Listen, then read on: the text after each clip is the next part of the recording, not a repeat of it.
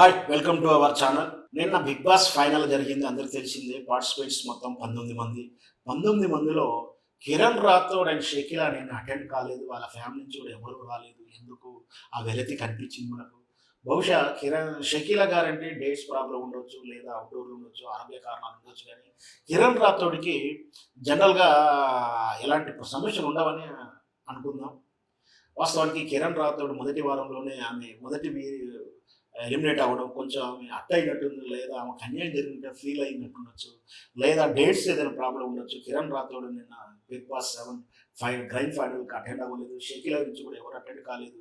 ఆ విషయాన్ని ఎందుకు అని ఇప్పుడు షకీలా అభిమానులు అండ్ కిరణ్ రాథోడ్ అభిమానులు చర్చిస్తున్నారు. ఏం జరిగింది, ఏం జరిగి ఉండవచ్చు. జనరల్గా అయితే బిగ్ బాస్ గ్రాండ్ ఫైనల్ రోజు అందరు పార్టిసిపెంట్స్ విత్ ఫ్యామిలీతో వచ్చి ఉంటారు.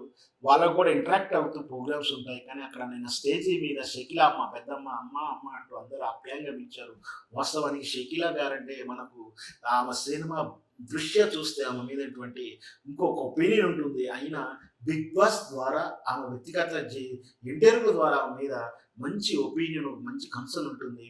మొదటి నుంచి కూడా బిగ్ బాస్లో ఆమె పార్టిసిపేట్ చేసినప్పుడు ఇక్కడే కాదు, మలయాళం కూడా బిగ్ బాస్ 7లో కూడా ఇక్కడే కాదు, బిగ్ బాస్ మలయాళంలో కూడా తను పార్టిసిపేట్ చేసింది. ఇక్కడ తెలుగులో కూడా బిగ్ బాస్ 7లో పార్టిసిపేట్ చేసింది.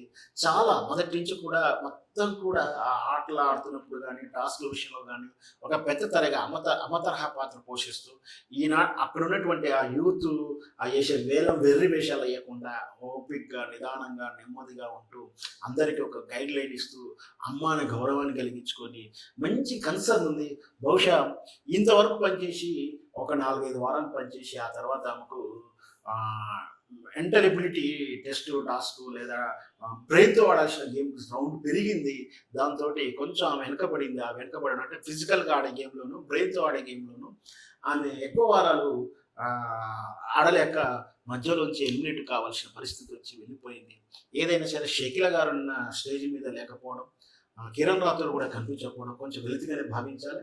వాళ్ళ వ్యక్తిగత కారణాల వల్ల రాకపోయిందొచ్చుకున్న ప్రేక్షకులు మాత్రం వాళ్ళు ఉంటే బాగుండేది, ఎందుకు లేరనేది మాత్రం ఎవరికి సమాధానం లేదు. బహుశా వాళ్ళ డేట్స్ ప్రాబ్లం ఉండొచ్చు, ఇతరత్ర ఏ కారణాలు ఉండకపోవచ్చు.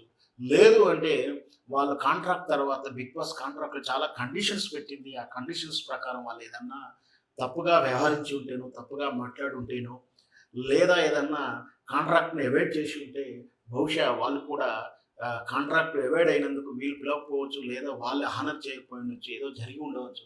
మొత్తం మీద ఒక వారం 10 రోజుల్లో ఆ క్లారిటీ కూడా వస్తుందని ఆశిద్దాం.